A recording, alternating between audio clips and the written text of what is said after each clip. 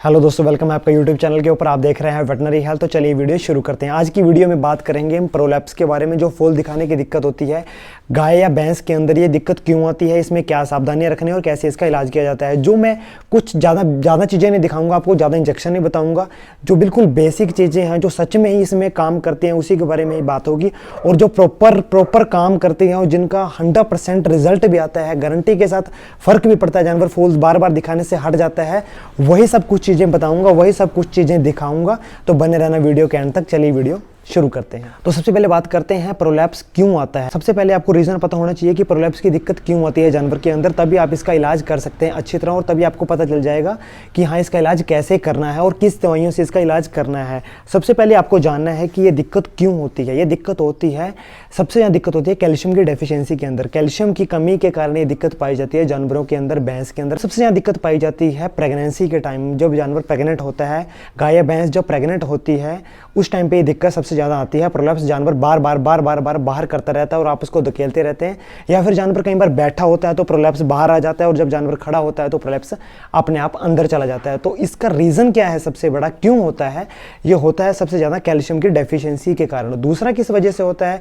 Vagina के अंदर infection से हो जाता है, वेजाइना के अंदर इन्फ्लामेशन से हो जाता है। चौथा अंदर फैटल क्या एनलार्जमेंट से हो जाता है, मतलब जो बच्चेदानी है उसका साइज बड़ा होने से, या फिर फैटल का घूम जाने से, मतलब बच्चा है जो अंदर पेट के अंदर जानवर के बच्चा है उसका थोड़ा घूम जाना या उसका साइज बड़ा हो जाना।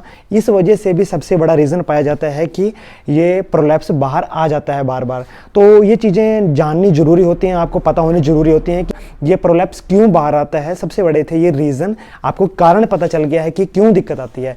सबसे बड़ी बात आती है अब प्रिकॉशन की, सावधानियाँ की। इसमें आपको क्या सावधानियाँ रखनी है?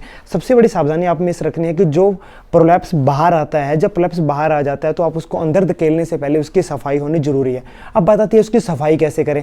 आपको सफाई करनी है प्रोलैप्स की एनएस से। एनएस क्या होता है? एनएस एक नॉर्मल सलाइन होता है, उससे आपको सफाई करनी है। मैं पिक्चर में दिखा दूंगा आपको एनएस क्या होता है। उसी से प्रोलैप्स की आपको सफाई करनी है। उसके बाद आप उसको धकेल सकते हैं अंदर की तरफ, जिससे वो बार बार गंदा ना हो। गंदा होना बिल्कुल ध्यान रखना है आपके जानवर का। प्रोलैप्स बिल्कुल कभी भी गंदा ना अंदर जाए। अगर गंदा अंदर चलेगा तो इन्फेक्शन बढ़ जाता है, इन्फेक्शन के चांस बहुत बढ़ जाते हैं। ये बहुत बड़ी सावधानी है जो आपको रखनी है। अब बात आती है ट्रीटमेंट के ऊपर। मैं ऐसा ट्रीटमेंट बताऊंगा जो पूरा कारगर होगा और पूरा फायदा करेगा। तो सबसे पहले मेरे हाथ में प्रोलैप्स की, और ये अशोका फार्मा की आती है। आप किसी भी कंपनी की ले सकते हैं। बेसिकली मैं इस कंपनी की इसलिए बता रहा हूँ क्योंकि इसके बारे में मुझे पता है और इसका असर और इसका रिजल्ट भी पता है।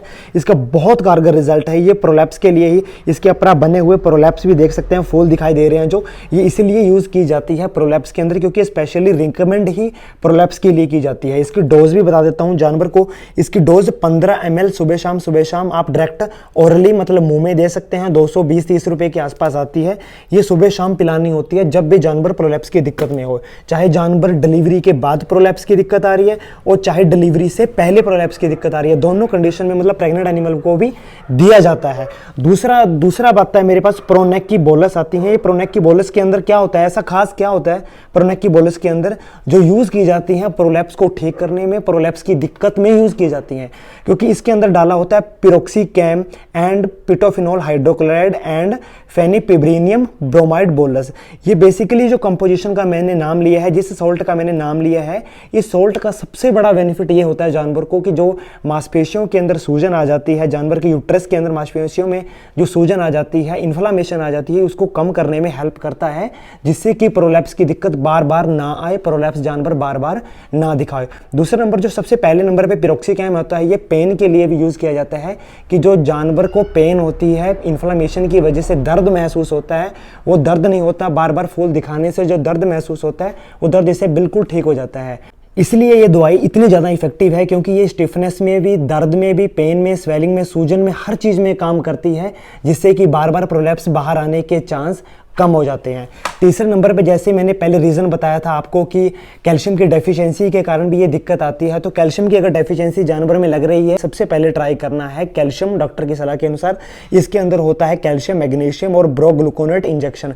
ये एक माइफेक्स की नाम से बोतल आती है, 450 ml की होती है। इसको डायरेक्ट IV चढ़ाया जाता है, नस के अंदर चढ़ाया जाता है IV सेट के साथ, जिससे कि कैल्शियम की डेफिशिएंसी, कैल्शियम की कमी जानवर के अंदर ना आए, जिससे बार बार जानवर प्रोलैप्स की दिक्कत से बच सके और उसकी कमी पूरी हो सके। तो यही थी बेसिक दवाइयाँ। प्रोलैप्स क्योर का भी आपको पता चल गया, ये 15 ml सुबह शाम पिलानी है।